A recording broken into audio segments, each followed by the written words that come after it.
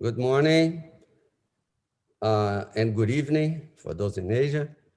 I am José Pio Borges, the chairman of the Board of Trustees of CEBRI.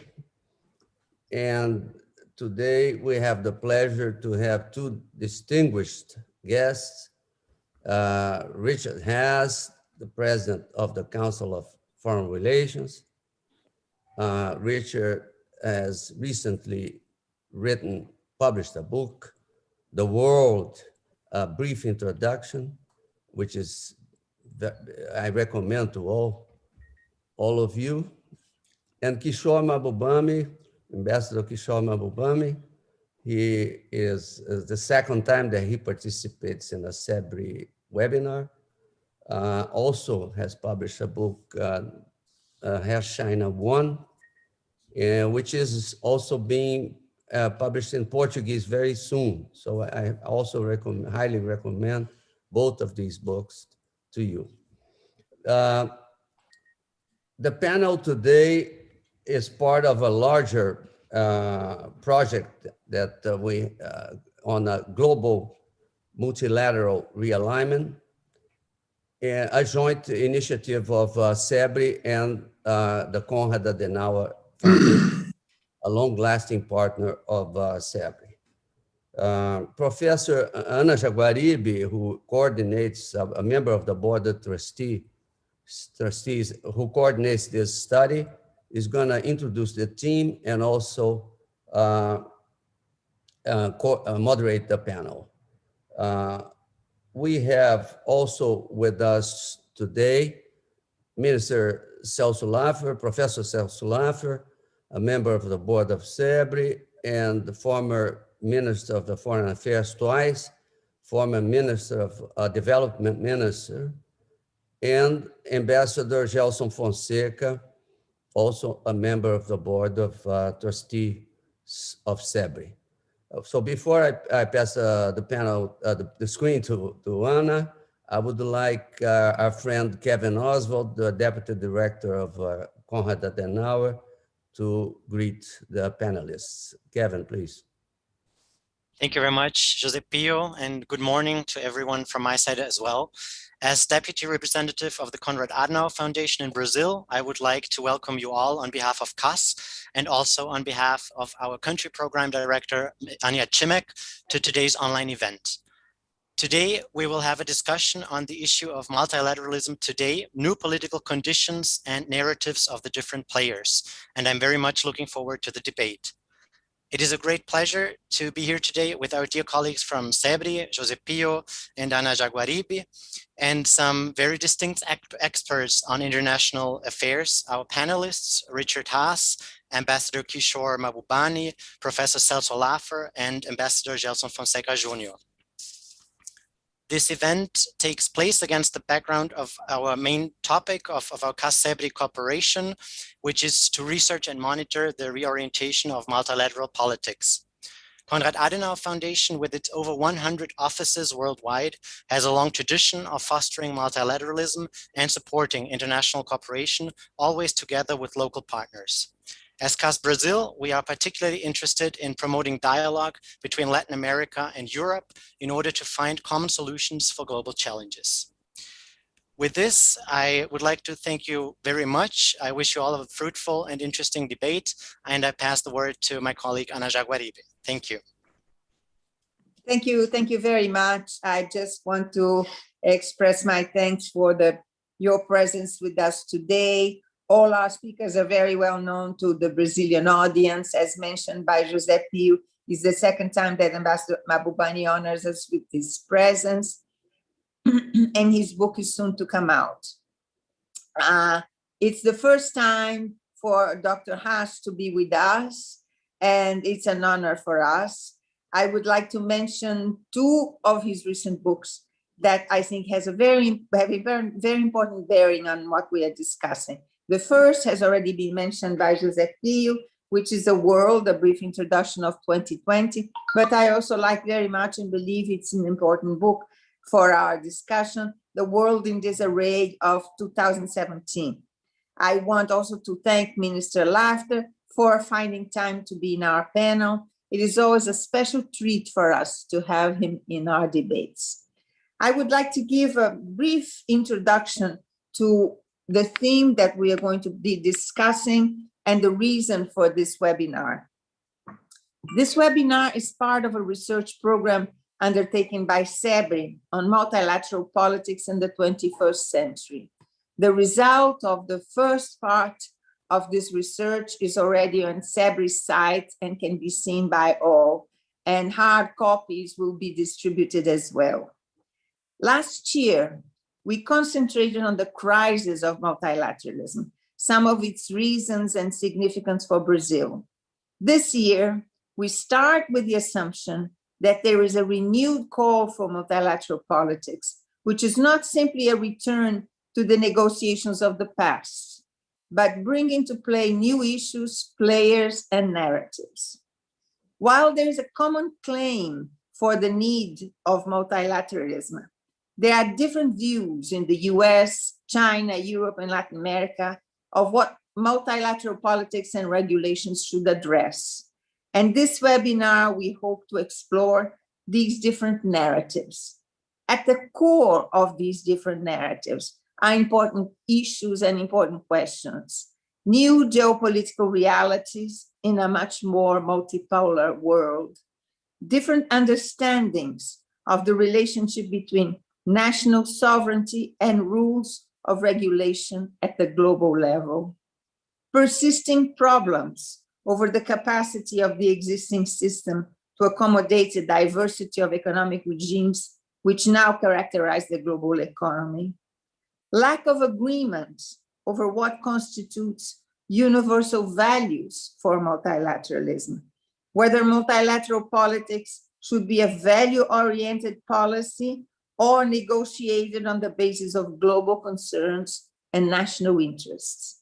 Different narratives condition international relations, which today are dominated by the externalities of the US-China conflict. This political scenario also calls into question what we understand by hegemony and geopolitics.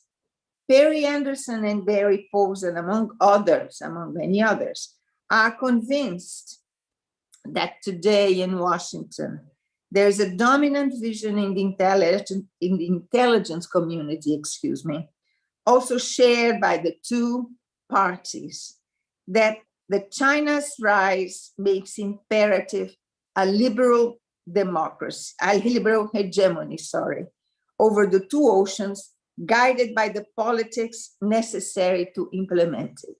In contrast, Dr. Kissinger, at the height of his 97 years old, will argue that what we need is a new system of balance of power with competition and cooperation among the contending parties, which should guide politics. Negotiations should avoid the search for final solutions and look for best fitting compromises. These contrasting visions influence an outlook and expectations of what multilateral arrangements and regulations should be. The externalities of the US-China conflict impose a bipolar trend on an otherwise multipolar world. In this scenario, we ask ourselves, what is the position of other big players? How can an option for strategic autonomy be developed and secured?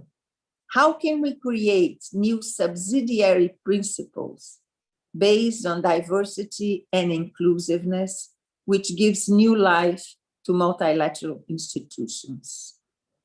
Attempts to reform UN and related institutions have been going on for the past 3 decades, and in some cases longer. Global institutions faced with limited mandates and diversity of positions amongst its members tended to opt to promote sector-oriented and group negotiations instead of broad economic and global discussions. The WTO is the best example of that. But while global multilateral negotiations failed, At the regional level, agreements advanced, particularly in Europe and Asia. The European Union increased its regulatory capacity in spite of political conflicts within the Union, and several multilateral organizations were created in Asia. The Asia Infrastructure Development Bank, the Shanghai Cooperation Agreement, and more recently, the Regional Comprehensive Economic Partnership and the EU-China Investment Agreement are good examples of what is going on. While regional multilateral organizations do not have the scope of global agreements sponsored by UN institutions, they set precedents and jurisprudence for regulating economic and security issues, but also create a centrifugal movement in global politics. The Latin American region, and in particular Brazil, stand at a loss in this context. Most of the regional organizations created in the 20th century by the region have poor regulatory performances. With the demise of global negotiations, the region diminished its role as an international protagonist. The region as a whole has fared poorly in the global economy. It has not generated political reflections or created or reformed its existing institutions to deal with how the region fits in a radically different geopolitical environment. This webinar aims to contribute to a reflection on these various issues and purports to address our key speakers the following questions. What are the main differences in understanding of the future of multilateral politics and arrangements in Asia, the US, and Latin America? Is it possible to reform the UN-centered institutions so as to accommodate greater diversity of economic regimes, so as to once again aim at global negotiations? Will the multilateralism of the 21st century be limited to the regulations of an agreed set of global public goods, such as global health and environment, abandoning the issues of economic development and security? These are some of the issues that we are going to try to deal in our research throughout the year. And these are the questions or the main issues that we hope our participants can debate today. I thank you again very much, all of you, for participating and enlightening us in this discussion. And I then pass the floor to Dr. Richard Haas to give us his views on the issue. Thank you very much. Well, muito obrigado, Ana, for that excellent foundational introduction. Jose Pio, thank you for doing this. It's a real treat for me to be with my old friend Chelsea Laffer and colleague. We had some of the best conversations I was fortunate enough to have when I was in government were with the minister. So it's great to see him here in his new capacity, and it's always a pleasure to interact with Kishore Mahbubani, who's I believe one of the most provocative public intellectuals in the business today. So thank you for including me. It's a good topic. It's an important topic. Let's just postulate at the beginning that multilateralism in principle is desirable. There's no issue that any country can deal with better on its own than it can deal with others. This is true dealing with the traditional powers of great challenges of great power rivalry, say from the point of view of an American such as myself, dealing with a Russia or a China, but also in dealing with global issues, which are the other defining challenges of our time. That said, translating what I just said into reality is extraordinarily difficult. One is there's very little consensus on the purposes of multilateralism when one gets specific in any domain. We may all agree that climate change is a problem, but what we actually are prepared to do about it, consensus breaks down immediately. sovereignty is a real problem.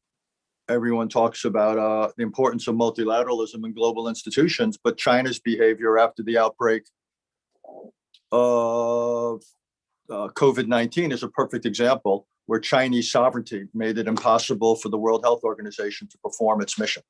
And that continues to its day. Indeed, I woke up this morning to a piece where the former director of MI6, the British intelligence service, came out with his judgment that COVID-19 grew out of a laboratory in Wuhan. And I simply say that because China is not cooperating with the WHO in a meaningful way. And again, it shows that it's fine to talk about multilateralism, but countries push back against it when they see their self-interests involved. And that also applies to my own. I don't mean to set the United States up as a paragon. We're seeing a growth of economic nationalism. When President Biden gave his speech the other night to Congress, he talked about Buy American. And we're living in a moment where everyone is talking about supply chain resiliency. Well, if every country identifies a group of items it must produce at home, at some point it begins to look an awful lot like when we were economics students and we used to call it import substitution. And it looks to be a form of protectionism. So, for all these and other reasons, I think it's, again, one has to distinguish between multilateralism as an ideal and a reality. We've also just simply, much of the machinery in the world grew up after World War II. It's even older than I am, and that's getting old. These institutions are in some cases 70, 75 years old. No one on the planet would, for example, design this UN Security Council if he and she were given the job today. This is what people thought the world would look like after World War II. It doesn't look that way now. But you can't get consensus on how to change it simply because inevitably there would be winners and losers. Some would be advantaged, some would be disadvantaged. So it limits the legitimacy as well as effectiveness of the UN Security Council. In some cases, the machinery doesn't even exist. We don't have machinery in any serious way to deal with the regulation of cyberspace. We just don't have it. And in virtually every other area where we have some machinery, there's a gap between the scale of the challenge and the scale, if you will, of the response. And that's simply a fact of life about today's world. I do not think that what I would call UN General Assembly style multilateralism will play a role. The idea that multilateralism has to be universal and is simply a formula for inaction. The one example of that is the last round of the global trade talks. It's extraordinarily difficult to generate consensus at the global level. And in many cases, it shouldn't be necessary. If you're looking at climate change, for example, a dozen or 15 countries are responsible probably for 80 to 90% of the challenge. So why should one necessarily have to get 195 countries or whatever the latest number is to agree? And one could say a similar thing about every other global issue. So I would argue that if multilateralism has a future, and we should all fervently hope that it has, because it's a much worse world if it does not, it's going to have to be something that is often described as a designer or boutique or a mini lateralism, but essentially we are going to have to design arrangements to meet specific challenges. We've begun to do that in some cases. Years ago, I think I was the one, but it may have been someone else who developed the phrase coalition of the willing. But essentially coalitions of the willing, the relevant, and the able are going to have to deal with specific challenges. So rather than seeing multilateralism again as a universalist concept coming from the top down, we should think of multilateralism as a much more flexible, functional prospect coming from the bottom up, again, where there is relevance, where there is a consensus, and are willing to act. Sometime, as Anna said, this can be done at the regional basis.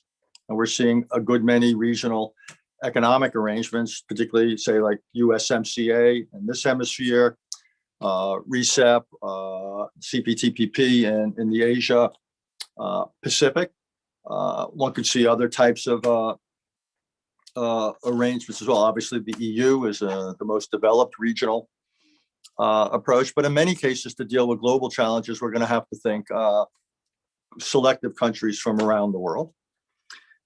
And it's just simply a fact life. So it may not be seen by all as legitimate, but on the other hand, it's possible and it's doable. So it's not the ideal answer. It may not even be the ultimate answer, but at least is a partial answer. There's a parallel that comes to mind here from American political and judicial history and tradition. A former justice on the Supreme Court of the United States, I think it was Justice Brandeis, talked of states as the laboratories of democracy. And his argument was that new ideas would often be introduced and developed at the state level. And if they were found to be promising or successful, they could then be adapted and adopted at the national or federal level. And many of our reforms, our improvements have happened that way. And I think that's a way to think about modern multilateralism, that as a first step, you may have a group of like-minded entities come together, try something, and then over time, membership could be expanded if once the idea is proven and if others are willing to buy in. And let me just also quickly point out that the participants in multilateralism need not be and should not be only nation states. Again, the UN General Assembly is the wrong image, where only sovereign entities are allowed. If you were going to have a multilateral effort to deal with regulating cyberspace, it would be inconceivable that you would convene the meeting without the representatives of the Twitters and Facebooks and Microsofts and Apples and others in the room. Or if you were going to have a meeting to deal with global health challenges, you would of course need the major pharmaceutical companies. You would want to have some of the biotech companies. You might want to have groups like the International Rescue Committee or Médecins Sans Frontières. One would probably, or one must definitely want to have the Gates Foundation, who the resources it is giving to deal with global health challenges dwarf what most governments are doing. So we need to get away from the idea that only nation states get a seat at the multilateral table. We need to be quite flexible, both in our approach and design, and we need to be quite flexible in our approach to participation. I think it's going to, let me end with two last thoughts. I don't want to go on tomorrow. I really want to hear from my colleagues. It's going to be more difficult than it already is, in part because of the growing split between the United States and China. And it's going to be a real structural challenge for the United States and China to somehow manage their inevitable competition so it does not spill over to preclude or make impossible cooperation in multilateral fora. And I think that is a real statecraft challenge, a diplomatic challenge for the United States and China, because in most of these questions, your ability to have successful multilateralism without both countries is limited. On the other hand, your ability to have successful multilateralism with both countries is suspect. And I think that is simply a fact of life for the world today. But it makes a larger point that we're going to have to cooperate here, regardless of differences over bilateral issues. And multilateralism is going to have to succeed between and among countries of fundamentally different nature. Democracies and authoritarian systems are going to have to figure out ways to work together. And I just said one last point. I think it would be useful if we thought of ways to promote this. One idea is through the G7 or G20. That's one I recently proposed with Charlie Kupchan, the idea of an international concert. But I think we need a better standing mechanism to discuss and promote ideas for multilateral initiatives. And as a way of almost like as a steering group for international relations in this period, because I'll end where I began. The reality is that there's an enormous gap between what we need and what we have in multilateralism. So the question is, to be realistic, how do we narrow that gap? We can't close it, but can we narrow it? Can we at least prevent it getting wider? And I would simply say the trajectory we are on is clearly not working. So I would think that we may need to have a new steering mechanism to set some of the rules, or to see if we can come up with a common set of rules and norms and goals for managing the 21st century. And I would simply say it's not obvious to me that we are yet on that trajectory.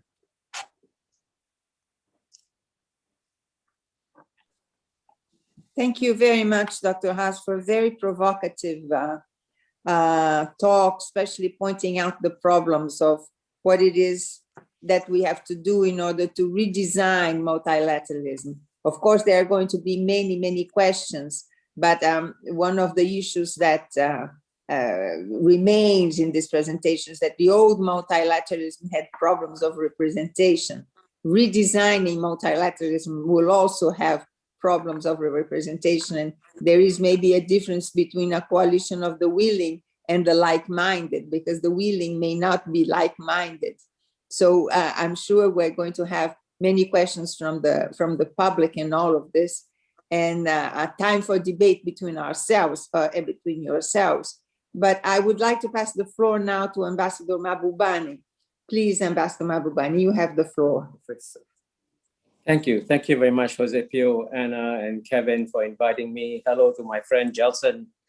And I must say, it's a really great honor to be on a panel with such distinguished people like Minister Salto Laffer and my old friend Richard Haas, who's, as you know, the great luminary of American foreign policy.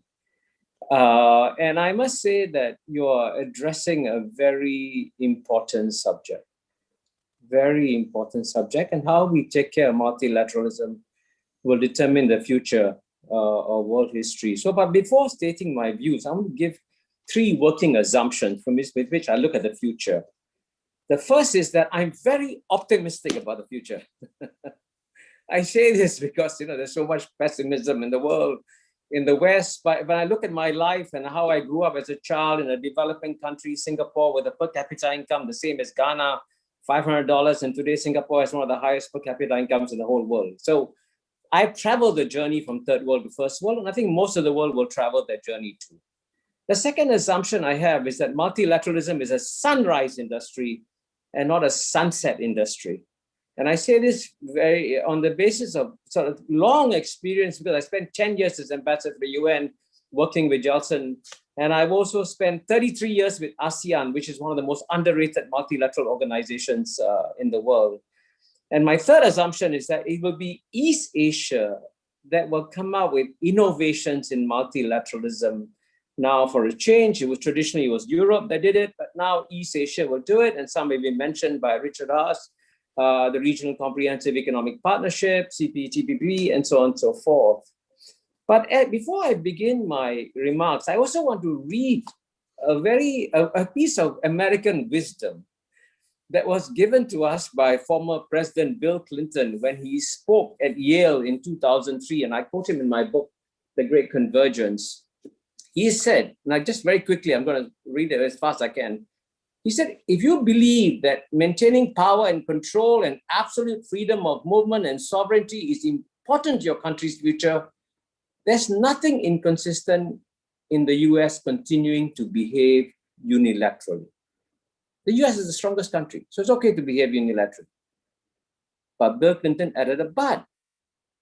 He said, but if you believe that we should be trying to create a world with rules and partnerships and habits of behavior that we would like to live in when we are no longer the military, political, economic superpower in the world, then you wouldn't do that. You wouldn't behave unilaterally. So Bill Clinton was trying to say in a very indirect way, let's prepare for the day when the United States might become the #2 Economic power for a start in the world. And how do you constrain the next #1 economic power in the world, China? You strengthen multilateralism. That was Bill Clinton's advice. And I must say, I completely agree with Bill Clinton's advice. The best way to constrain the next superpower is to accept the constraints for yourself. But at the same time, I think today, what you're searching for, Anna, I believe, is concrete prescriptions of what we can do to strengthen multilateralism. And I'm going to give 3, because I think these 3 concrete prescriptions can help to improve multilateralism enormously. And I want to begin by saying that actually, as someone who worked with the UN for so many years, I don't think we need to reinvent the wheel. The West gifted the world with wonderful multilateral institutions centered in the UN family. And I think the UN Charter still remains a beautiful document that we should adhere to if we want to create world peace. As you know, the UN Charter begins with the words, preventing another scourge of war. And I think we should try to take what we have and strengthen it. And there are 3 concrete things we can do to strengthen it. The first thing is that, and this, I must say, the big secret I learned as 10 years as ambassador to the UN, is that the West was trying to weaken the UN institutions because they couldn't control them. And how did they weaken it? Very simple. This is just one small switch they made. In the past, most of the money the UN got was from compulsory contributions, a small part from voluntary contributions. That ratio was switched. And I'll give you a concrete example. In the World Health Organization, which I think is especially critical of COVID-19, in 1970, 62% of the money came from compulsory contributions, only 18% from voluntary contributions. But today, only about 28% comes from compulsory assessed contributions, 72% from voluntary contributions. And why does the West like voluntary contributions? The money comes from the West. So if you give voluntary contributions, you control the agenda. But this is where the principle of democracy comes in. If you want to get other countries to have a sense of ownership of the World Health Organization, give them some sense of control of it. So just switch the compulsory contributions back to 72%, and that will strengthen the World Health Organization. And that's what we need with COVID-19. The second concrete prescription I have has to do with the 2 most powerful international economic organizations, the International Monetary Fund and the World Bank. And to today, as Richard was saying, how many years have gone by? 70, 75 years since they were created. You still have a rule that says to become the head of the IMF, you must be European. To become the head of the World Bank, you must be American. And you know what?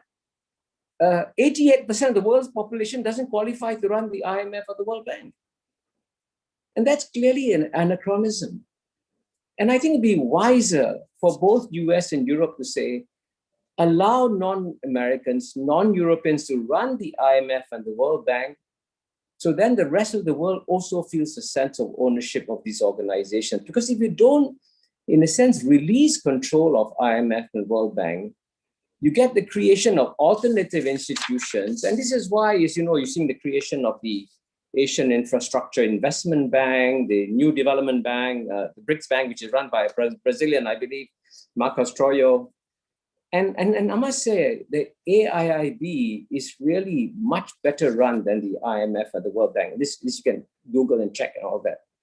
The third and final concrete prescription I have is to do with the most powerful multilateral organization in the world, which is the UN Security Council. It is the most powerful because it's the only body that can make decisions that are binding and mandatory on all 193 states. But clearly, again, echoing a point that Richard made, you had a formula of 5 permanent members from 1945. It's still around in 2021. That's got to change. Because the wise thing was to give the great powers the veto, but you want to give the great powers of tomorrow the veto and not the great powers of yesterday. And I can tell you, I participate, UN reform has been discussed for over 20 years now, 30 years, sorry, 1992. I participated in it for many years. And there's a real logjam, as we know, in reform. And to put it very bluntly, I don't have much time. Ironically, China, USA, Russia don't agree on a lot, but they agree no more Security Council reform. Keep it to 5. I think that's got to change too. And that's why in my book, The Great Convergence, I come up with the 777 formula. The new 7 permanent members will be China, Russia, USA, European Union, Brazil, very importantly, India, and then the most powerful African state. And the reason why Security Council reform is blocked is because every new member has got a neighbor blocking it. So you have India being blocked by Pakistan, Brazil being blocked by Argentina, Japan being blocked by South Korea, Germany being blocked by Italy. And I can tell you, when I was serving as the ambassador to the UN, the Italian ambassador once famously said, "Why are you pushing for Germany and Japan to become permanent members? Italy, we lost World War II also." I mean, you can see how desperate they were to block Japan and Germany. So, but anyway, at the end of the day, I actually believe that this new 777 formula with 7 elected members can be done. And ironically, if it is done, if Brazil becomes a permanent member and reflecting the future rather than the past, then I think it's a better Security Council. So you can see I've given you 3 concrete prescriptions. But at the same time, in my conclusion, I also want to emphasize a very large point, that at the end of the day, we should also understand the huge metaphysical message that is being given to us by the larger global challenges. I mean, one is, of course, climate change. The other is COVID-19. And I think the larger metaphysical message we are receiving from these challenges is that all of humanity, all 7.8 billion people, all of us are one, literally. The viruses don't see any differences within a Brazilian and a Singaporean and an American or a Chinese. It doesn't matter. We are one. And let's acknowledge that as we try to rebuild the world. And so I think we need to, in a sense, change our mindset to build a new multilateralism. And I want to leave you with one last simple metaphor to explain how the world needs to change. And this addresses the key issue of sovereignty that Richard Haas raised. Because I would say that in the past, before we reached our contemporary, interconnected, interdependent era of human history, when you had 193 separate countries, it was as though the 193 separate countries were living in 193 separate boats. And if another boat caught a virus, you didn't give a damn. It wasn't on your boat. But now that humanity is shrunk, the 7.8 billion people no longer live in 193 separate boats. They live in 193 separate cabins on the same boat, right? And if you are a cabin on a boat, you just don't take care of your cabin. You don't worry about the sovereignty about your cabin. You also worry about the condition of the boat that you're on. And that's the change of mindset we need to absorb. And that's why we need to strengthen institutions of global governance. And so I would say that clearly, this is why I said at the beginning, multilateralism is a sunrise industry. Out of necessity, humanity has to strengthen institutions of global governance. The good news is that we don't have to recreate a whole new order of multilateral institutions. I would say take all the institutions that the West gifted to the world at the end of World War II, take all the principles that the West gifted to us, like in important institutions like the ICJ, like the World Trade Organization. Don't kill these organizations, rejuvenate them. Because if you try to create new ones, it'd be impossible. But if you try to rejuvenate the order that the West gifted to us, then we can create a better 21st century. Thank you. Thank you very much, Ambassador Mahbubani, for this optimistic vision that maybe an understanding of our global belongings can help us solve the issues of representation in the UN and give a new life to multilateralism. Thank you. I'm sure we can discuss this in a while. I pass now the floor to Minister Celso Laffer for whatever comments he would like to give us in this discussion. Thank you very much. Minister Laffer, you have the floor. Thank you, Anna. First, let me say how happy I am to participate in this webinar, how stimulating your work, Anna, has been in this area, and how innovative have been the questions you have put to our way of trying to face these issues. I am very happy to be with my friend Richard Haas. I also recall our conversations as a very stimulating dimension of my experience in office, and I am glad that we have kept in touch throughout the years. And of course, it was a pleasure to hear Ambassador Mahbubani, who has also given us some very interesting and stimulating remarks of the challenges we have regarding multilateralism. I will first, my theme would be Latin America and the challenges of multilateralism as viewed from Latin America, and also as viewed from the experience of regional multilateralism in the area. Well, I will obviously say that we live in one world, and that is, of course, part of a global international society, and the present challenges it actually faces. However, this one world is made up of many worlds of regions with their specificities and also discontinuities and impacts regarding the way the global international society impacts us all. So these regions are diversified. Europe has its characteristics, as was mentioned. Asia has its characteristics. The Middle East has its characteristics. So what do we have to preliminarily say about Latin America? Well, first, it is a region which has a very clear geographical base. It has a certain degree of awareness and identity, more so, I believe, than exists in other areas, for instance, Asia. This idea of a regional awareness and identity, for instance, is stated in the Brazilian Constitution of 1988, which says that in the foreign policy principles, Brazil should stimulate the setting up of a Latin American community of nations. This certain awareness and identity means that we have experienced throughout the years relevant interstate cooperation. This relevant interstate cooperation has many purposes, in general and specifically.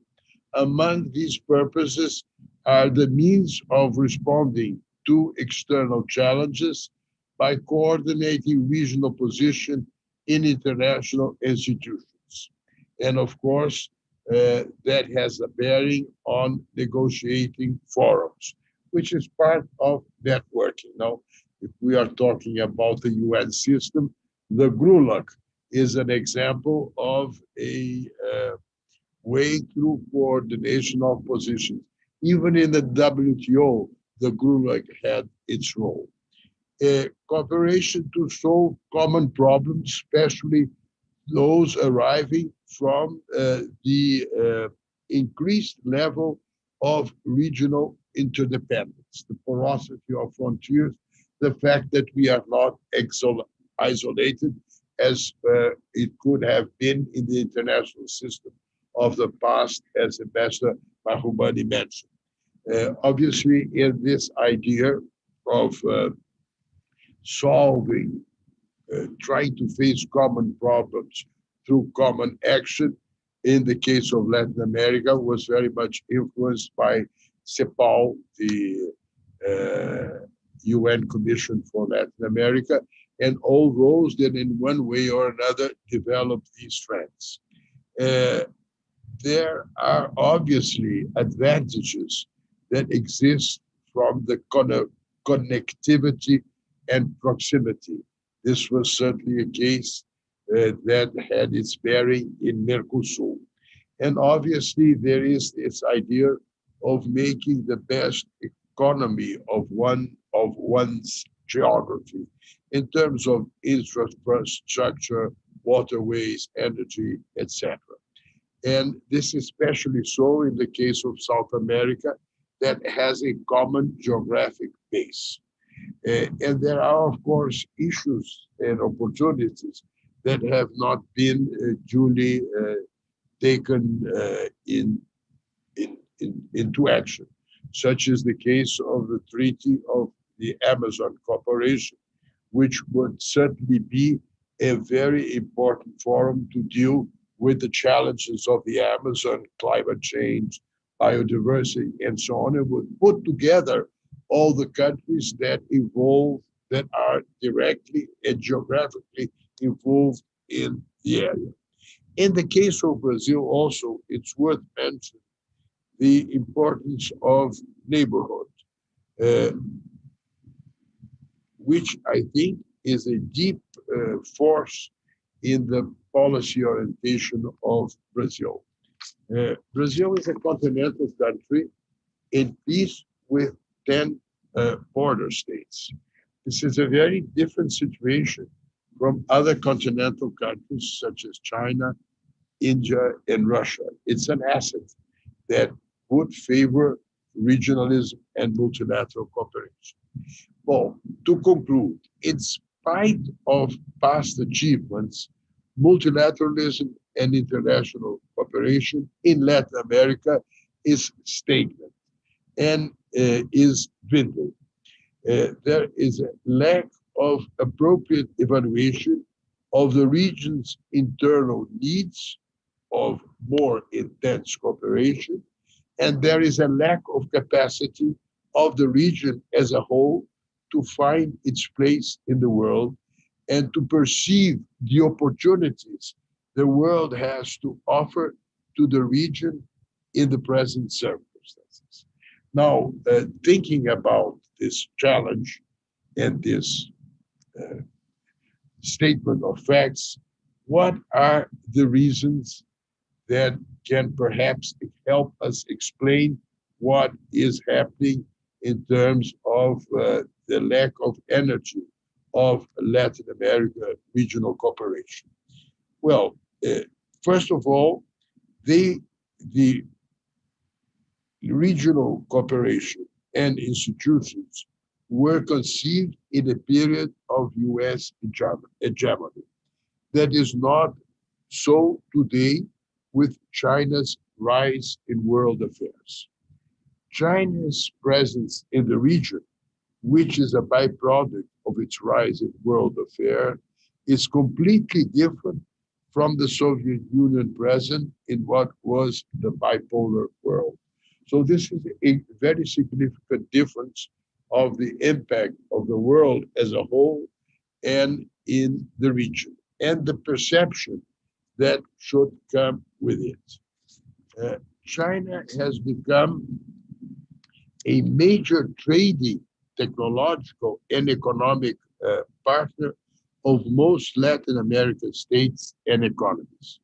World economy has shifted from the Atlantic to the Pacific, and China does not figure in Latin America regional multilateralism.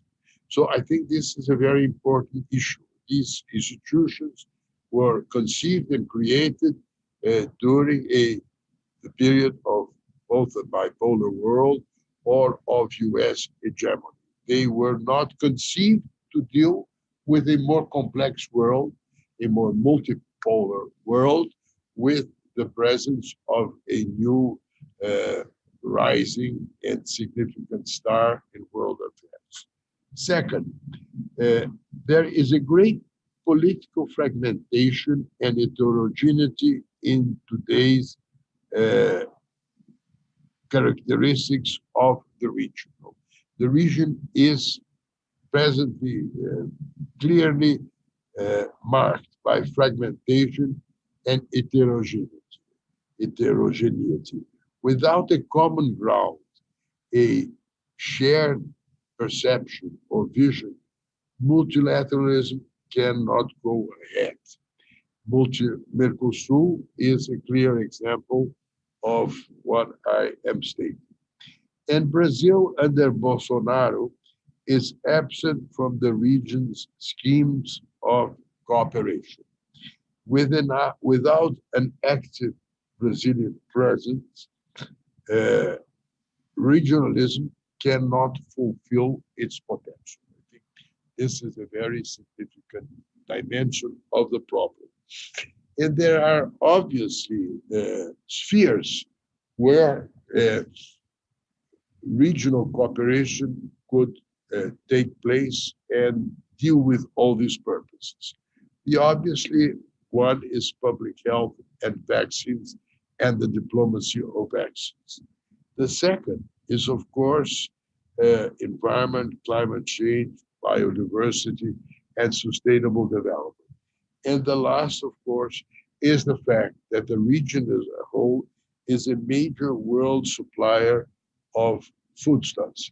So there are areas where there are real issues which could sustain regional cooperation, with which are not presently operating. So I am happy to say that after such a positive view that we heard from Ambassador Bahubali regarding optimism, which just proves that the world has moved from the Atlantic to the Pacific, that Brazil and Latin America and its Atlantic dimension is not offering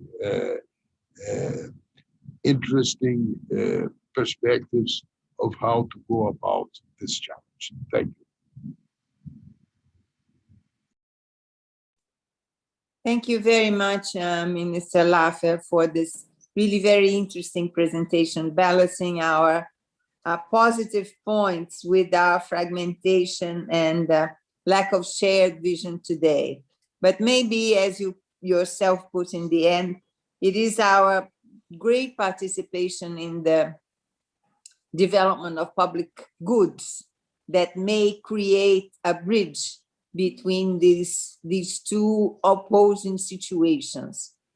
I would like now to pass the floor to my colleague, Ambassador Gelson Fonseca, who will make some comments and mostly, I think, stimulate a debate between the participants. Gelson, please, you have the floor. Thank you, Anna. Thank you for organizing such an interesting and stimulating debate. I would like to salute my good friend Kishore. I think he was one of the most brilliant diplomats we have at the UN when we were colleagues there 20 years ago almost. And it's a pleasure to meet Professor Haas. I've been reading your work for many years, and I think your books today are a sort of indispensable books for understanding our international scene. I will make a very brief comment. I think Kishore and Professor Haas, and I didn't salute Celso because we talk almost every day. So, but anyway, I think Kishore and Professor Haas, they had some sort of, I would say, different views on the problem of multilateralism. Professor Haas perhaps a little bit more realistic, Kishore more optimistic. They are not contradictory, but they are somehow different. My problem is that I agree with the two visions. The divisions are different, but I tend to agree with the two visions for a very simple reason. If in the case of Professor Haas, what is important, what defines the legitimacy of multilateralism is efficiency. They have to they have to produce results. And that's a good criteria for legitimacy. But in my view, Kishore works with a different kind of criteria for legitimacy. The contemporary multilateralism, let's say, began with the League of Nations, and then the United Nations are the two main institutions that reflect this new multilateralism. Had a more, I would say, a more radical vision of a more radical legitimacy foundation. Multilateralism was had a utopian dimension, and it tried to create an alternative to realpolitics. It had this utopian dimension. If I accept the Professor Haas' vision, could be weakened, could be, I don't say destroyed, but it could be weakened. And we are forgetting one of the moral foundation. I like the word metaphysical that Kishore used. It was a metaphysical challenge, multilateralism. If you go to the profound roots of the institution. So if they have to be efficient, but they have to respond to this idea of creating a better world. And this idea of creating a better world is deeply linked to the idea of universality. We are in a boat. You have the first class, the second class, you have the Marines, you have the officers, but it's the same boat. You have to create a message for the people in this boat, different people, but they need they need a metaphysical response to the metaphysical challenge Kishore has designed. That's it. It's only this very brief comment, and thank you very much for the invitation to participate in this stimulating debates.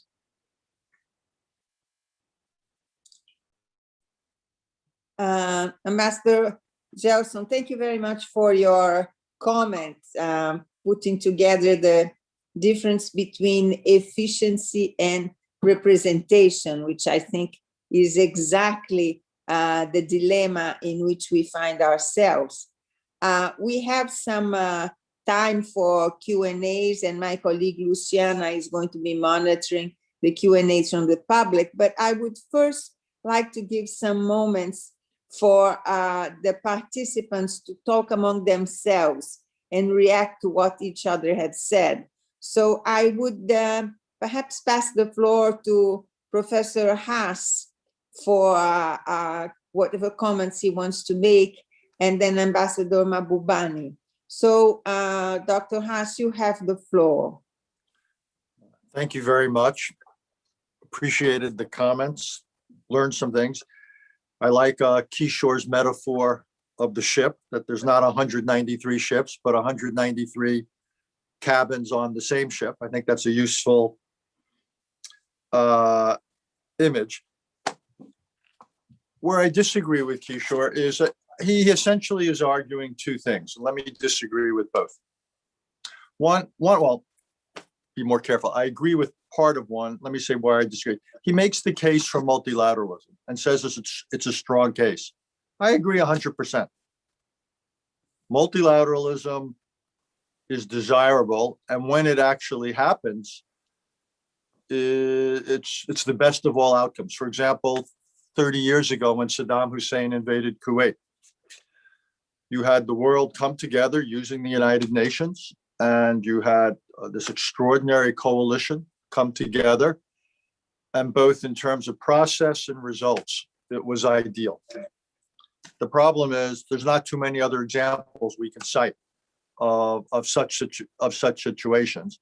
And I would say the only reason that happened was perhaps the timing at the end of the Cold War, and also that what Saddam Hussein had done was he violated the most basic norm of international relations, which was the non-acquisition of territory by force, I simply say, contrast that with what happened more recently vis-a-vis Ukraine. The world did not come together to deal with a Russian violation of that same norm. So my first point is that the case for multilateralism is strong, but I would argue the prospects for it are weak. And that's where perhaps I'm not optimistic. And I think that even though the case for it is strong, the rationale for it is strong, the evidence suggests that opposition to it is actually growing rather than fading away. Secondly, let me challenge Kishore's model of how to improve things. He basically argues for the rejuvenation of existing institutions. I actually think that's a recipe for failure. I think there's zero chance, let me just say what I think, zero chance that the UN Security Council is going to be meaningfully redesigned anytime soon. Any conceivable significant change would have losers as well as winners, and the losers will block it. It's that simple. China is not going to sit still to either to lose a veto or to see countries like Japan and India with vetoes. Simply not going to accept it. United States is not going to see a dilution of its veto. Britain and France, even though Britain and France or what people imagine would be great powers at the time the UN was designed, they're not going to give up their seats, even if they don't necessarily deserve them now. So I just think the chances of meaningful reform there are essentially zero. Sorry. I also think in many cases, what we're learning is not only is rejuvenation impossible, but we're beginning to get successful workarounds. And where we insist on going through the institutions, we fail. Look at what happened during the Balkan Wars. The UN failed, Russia vetoed. So then you had NATO take action. That to me is a workaround. The WTO has increasingly failed. So we have the regional economic groupings becoming much more significant. The Non-Proliferation Treaty has failed. We've had, since the Non-Proliferation Treaty was written, several new countries gain nuclear weapons. So what we now have are contact groups. We essentially have and we have supplier groups. We have new mechanisms for dealing with the proliferation challenge. Given the Security Council's failure, we have things like the G7, G8, G20.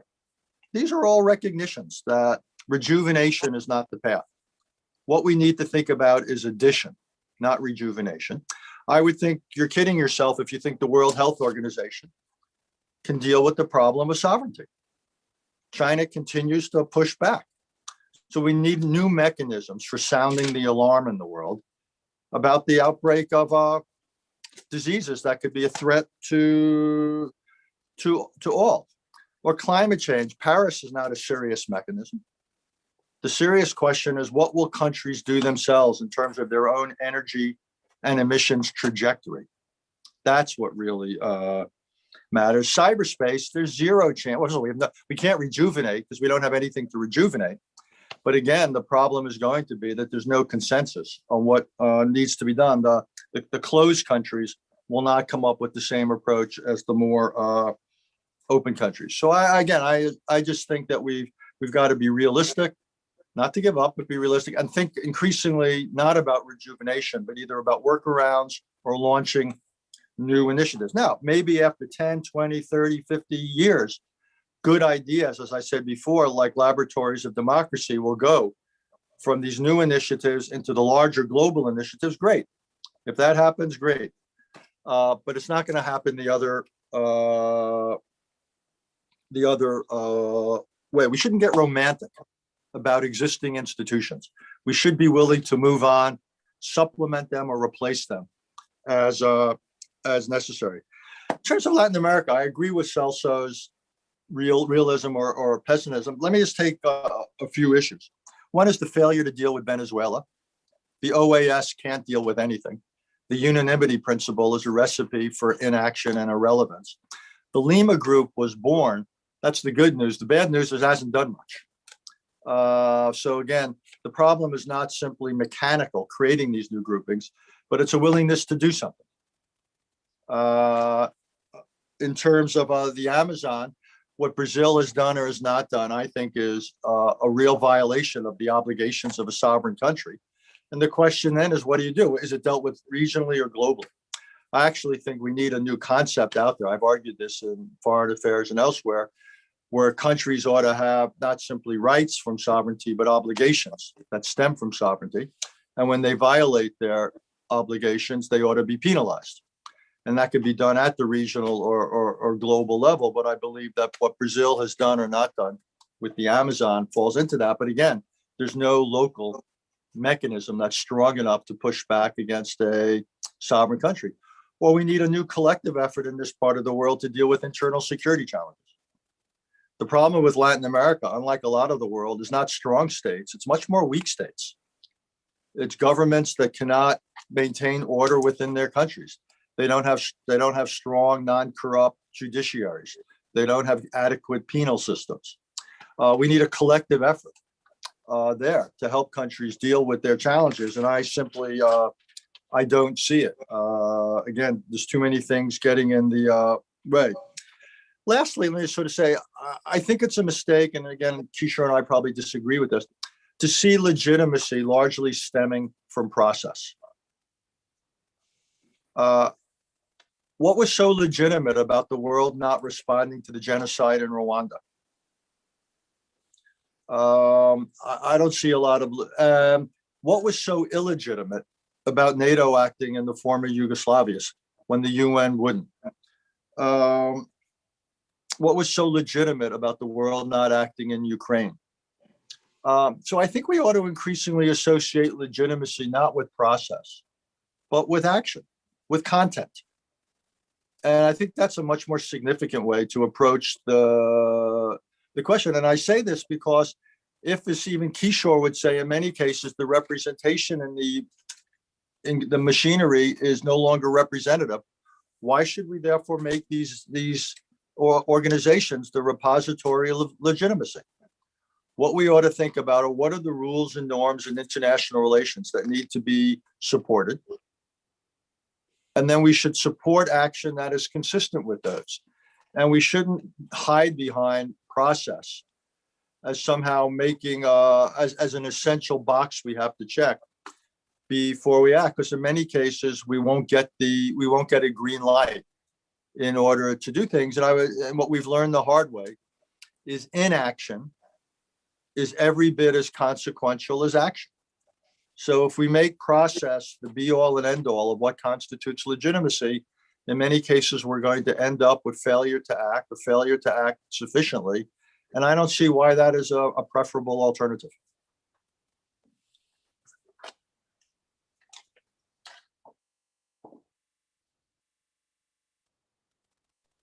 Thank you very much, Dr. Haas, for pointing out these nuances. I believe that mostly you are looking into the failures of what would be political multilateralism.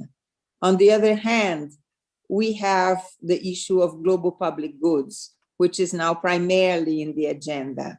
And there's very little chance of avoiding regulation of these global public goods that do not bear the question of universality.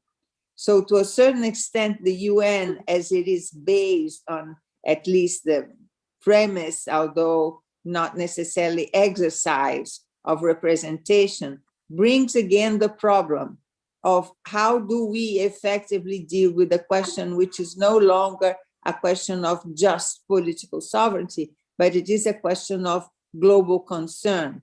But this is just a simple comment, and I would pass the floor now to Ambassador Mabubane for his comments. Thank you. The floor is yours. Well, I must thank my friend Richard Haas for his very strong, spirited comments, because that's how you get a better understanding, frankly, to have two different points of view meet. And I will once again resuscitate the spirit of optimism in this debate by making one very important point. I think some UN Secretary General said this, maybe Kofi Annan. He said the role of the UN is not to take us to heaven. It is to save us from hell. And I would say the UN actually has saved humanity from hell.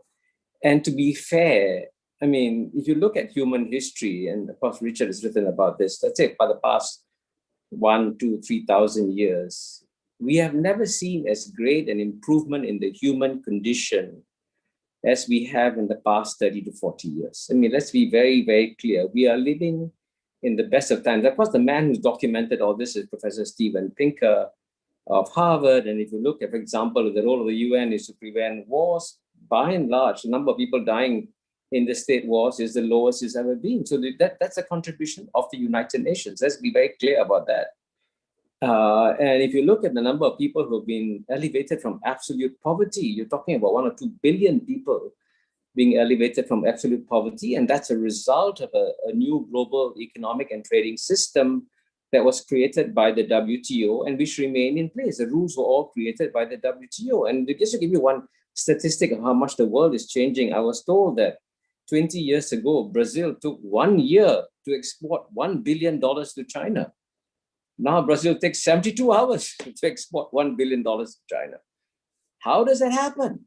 It's because of this tremendous ecosystem that the World Trade Organization has built.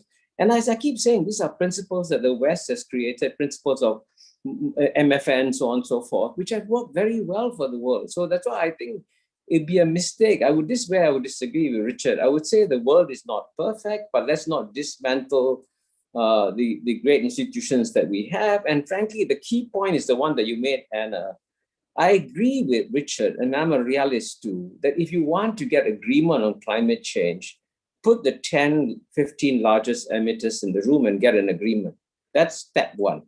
But the equally important step is step two, which is that you must gain the legitimacy of universality of humanity, because you can't have a situation where a few great powers sit down and decide everything and the rest of us just accept it. That will not work. That also will not work in the world. And certainly Africans will get very upset and lots of Asians will get upset. So that's, you must balance the two. You must balance the realism of trying to get agreements. And I agree, frankly, even in the old WTO, it was in the green room, right, where all the agreements were made. The green rooms were the largest trading powers. That's fair enough. But then after that, you bring it out of the green room and you get the universal consensus.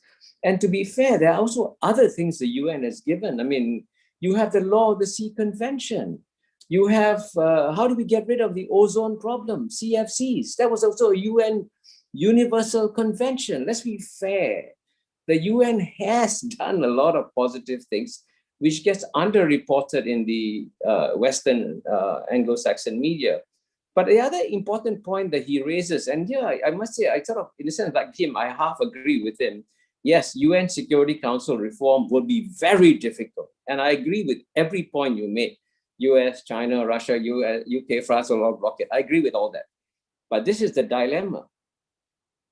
Because if the UN Security Council will either maintain its composition and lose its credibility, or regain its credibility and change its composition. And if you look at the current issue of a magazine called Survival, my name is on the cover, and I gave a revolutionary idea for reforming the UN Security Council. I agree that if you allow normal things to happen, nothing will happen. I say the biggest country outside the UN Security Council, which is India, should announce that it will no longer abide by mandatory decisions of the UN Security Council. Once India makes such an announcement, okay, others will say, why should we listen to the UN Security Council? It doesn't represent us at all. And by the way, Africa did that once. At one time when the UN Security Council tried to pass resolutions isolating Gaddafi's Libya and all the African states, this is unfair, the Organization of African States announced, no, we will not accept this. And that was, I can tell you, a moment of terror for the P5, because, hey, what happens if you pass mandatory binding resolutions and the world says, who are you? Who do you represent? Why should we listen to you? So no, you cannot just say the voice of the great powers matters. What also matters is the voice of the rest of the humanity. And that, frankly, at the end of the day, is what multilateralism is all about. And I want to close with one very important thought.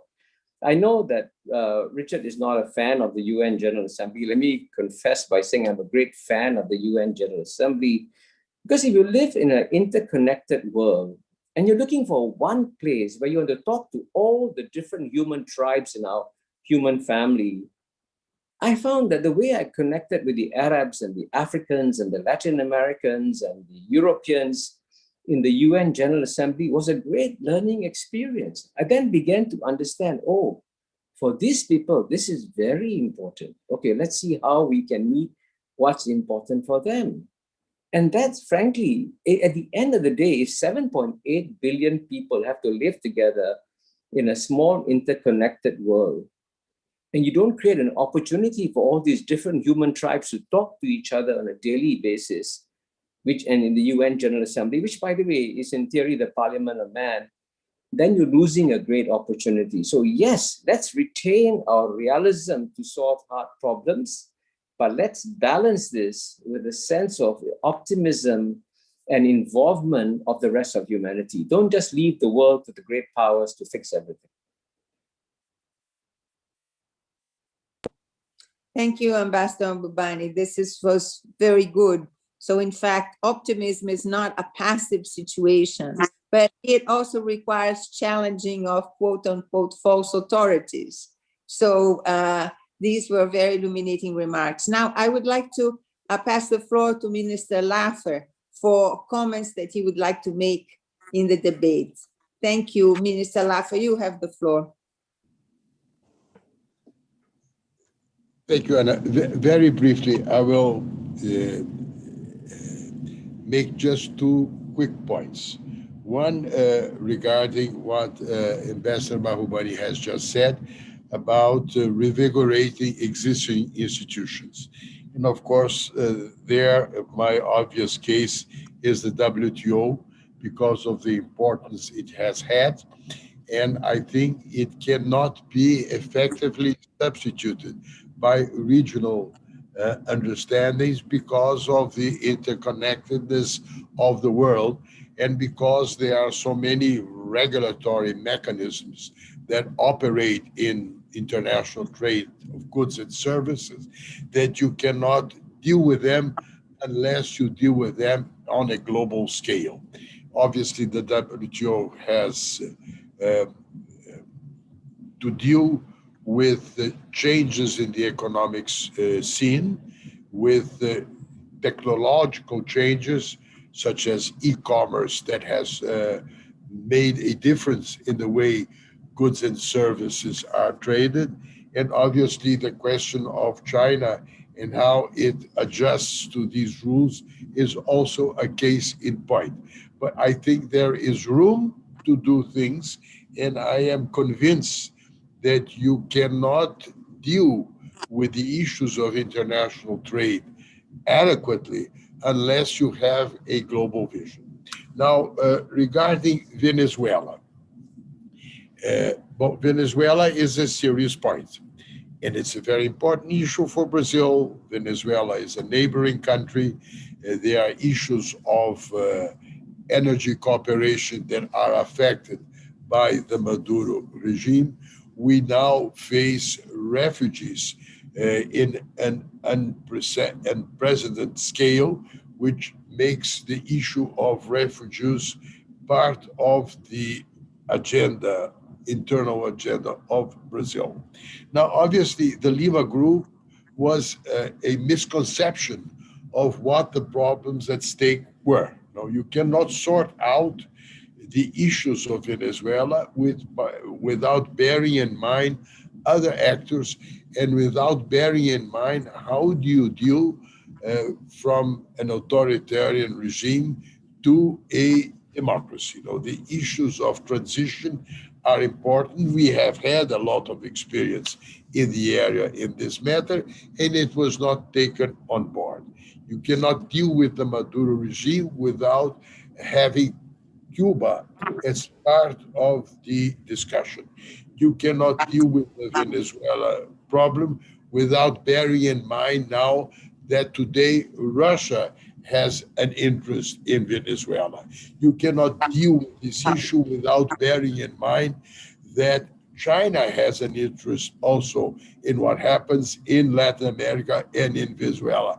So this is a very complex problem that has to be dealt with, bearing in mind the complexity of variables, which is precisely what the Lima group did not bear or did not take on their view of things, assuming that an ideological view and a unilateral perspective would be able to deal with a problem that is much more complex and that you cannot change without putting together the internal and the external, as is the case of Venezuela. And I think I should leave the floor for other comments from other participants of our webinar. Thank you. Thank you very much, Minister Laffer, for these comments. I believe my colleague Luciana has been gathering questions from the public, but I do not know whether we have already advanced 10 minutes to our seminar, whether we will have time for these questions. So Luciana, do you have many questions or perhaps one that we can approach the speakers with? Yes, thank you, Anna. We received a lot of questions. I don't think we will have time to address all of them. So I thought about putting 2 or 3 questions and then you choose which ones you feel more comfortable to address. Is that okay for all of you? It seems fine. Okay, cool. Okay. Well, first questions comes from Ambassador Fernando de Melo Barreto. Shouldn't multilateralism be the transposition of democratic values and practices to the world stage? How can the world keep peace and develop cooperation without a broad representation at a multilateral level? This is the first one. The second comes from Ambassador Roberto Jaguaribe, our Brazilian ambassador in Berlin. And it says, in relation to the reform of the Security Council, what are your views of a possible empowerment of regional councils, such as the Peace and Security Council of the African Union, which could be replicated in other regions? Would it not tend to better accommodate regional rivalries? And the third one comes from Professor Carlos Milani. Do you believe that economic ultraliberalism is compatible with the challenges that states and societies, including the United States, face domestically and multilateralism? I thought about putting these 3 questions and then invite our guests to make their final remarks. Can we start with Professor Haas, please?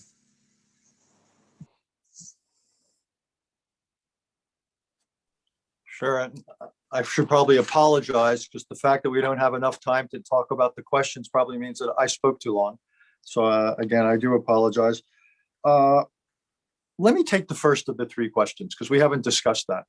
The question of democracy and multilateralism. And my answer may surprise you. Obviously, I'm a believer in democracy for many reasons. Mature democracies are obviously better for their citizens. There's more than a little evidence that mature democracies are better citizens of the world, that they are more inclined towards peace. But I don't see where democracy has a role for the most part in multilateralism. The trajectory of countries, of societies will largely be determined by themselves.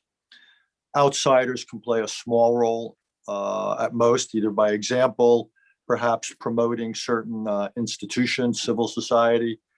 But again, what I think we've learned is the influence of outsiders, whether they're acting individually or collectively, on human rights and democracy is extraordinarily limited. Our ability to influence China to act differently in Hong Kong or Xinjiang, I haven't seen it. Our ability to get Mr. Putin to try to stop killing his political opponents, I haven't seen it. Even Myanmar, one of the poorest countries in the world, weakest countries, is able to push back against the United States and Europe and others. And so I don't think where multilateralism is the answer there. And let me say one other thing. I believe that for multilateralism to be successful, democracies have to be prepared to work with non-democracies. We don't have the luxury of saying only democracies have a role in dealing with climate change or proliferation. The United States has to work with the Chinas and Russias and others in order to deal with North Korea, in order to deal with Iran, in order to deal with climate or terrorism or other global challenges. So it's the reason I don't believe that democracy can be at the center of foreign policy. I think it's more than not a domestic challenge and issue. And rather than making a condition for cooperation, I think we have to be prepared to cooperate with non-democracies when it's in our self-interest to do so. Thank you, Professor Haas. Ambassador Kishore, please. Yes, like Richard, let me apologize for talking too much too. So I'll try to be very brief in my response. And I'll also respond to the first question, but I must say, Richard, I understood it somewhat differently. I understood it as saying that if you want to inject the spirit of democracy in the world, then you want to listen to the views of 7.8 billion people in the world. That's what democracy is. And so multilateralism provides a vehicle to listen to the views of 7.8 billion people, which is what democracy is. So that's why, as I said earlier, I'm a great fan of the UN General Assembly, because I feel when I walk into the hall, I'm listening to the views of humanity. And I would say the views of humanity make a difference, because I remember when I was ambassador to UN first time to 84 to 89. Now, of course, there are many reasons why we succeeded in getting the Soviet Union out of Afghanistan, getting Vietnam out of Cambodia. But I would say that my job at the UN every year was to get as many votes as possible condemning the Soviet occupation of Afghanistan, getting as many votes as possible. And we would get, out of 193 countries, 150 countries condemning Vietnam for its occupation of Cambodia. And it killed the notion that Vietnam represented the third world, or Vietnam represented the views of the third world. So the views of humanity do make a difference at the end of the day. So I would say, and so for example, let's take the very difficult example of Xinjiang that Richard mentioned. And frankly, I don't know exactly what's going on down there, but I would say it's worth debating it in the UN General Assembly. And what would be interesting in such a debate that you will find, as you have seen already in the UN, that the Western countries have come out very clearly and condemned China for what happened in Xinjiang. And what's interesting is that when the Western countries signed a letter criticizing China and Xinjiang, there are 1.3 billion Muslims in the world, in about 55 Muslim countries, I think. Not one Muslim country signed that Western letter. And of course, you can argue what maybe they were opposed, whatever it is. But at the end of the day, it does reflect the fact that in this world, we have different perspectives. That's very clear. The Muslim view of the world, the Western view of the world, Chinese view of the world, the African view of the world. Let's come together and find a forum where we can talk to each other and understand each other better. And I would say, in that sense, let us preserve the UN General Assembly. It's not perfect. Let's not assume that UN General Assembly is not a problem-solving mechanism. It won't solve problems. I completely agree, Richard. But you need to find a place where you say, okay, when you speak on behalf of humanity, when you say that mankind believes in this, check with the UN General Assembly, and then you get a real reality check. Thank you, Ambassador. I would like to invite Professor Laffer and Ambassador Gelson for their final remarks, please.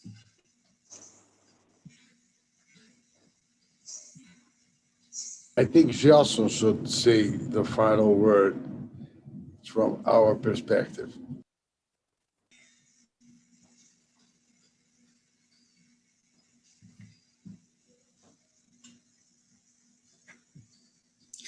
I would just like to thank you very much. It was an extremely interesting debate.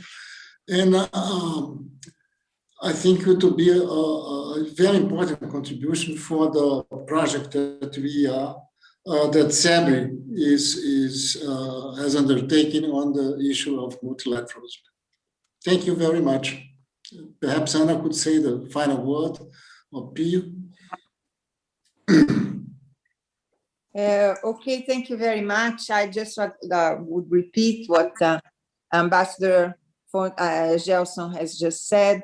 This is going to be a fundamental contribution to our research, which of course has no great aim of solving the contradictions between politics and sovereignty in the UN, but wants to point out perhaps where we stand now in the needs to find a solution to the representation problem and to the new global public goods issues that are plaguing our multilateral scenarios. So I would thank you once again for participating with us, and we'll let you know, of course, when our publication comes out, and hope very much that we can count with your ideas and support for other doubtful and difficult questions that we might have. So thank you all for participating once again with us. Thank Thank you. you, Richard. Thank you, Kishore. Thank Celso. Bye. Bye-bye. Bye-bye. Bye-bye.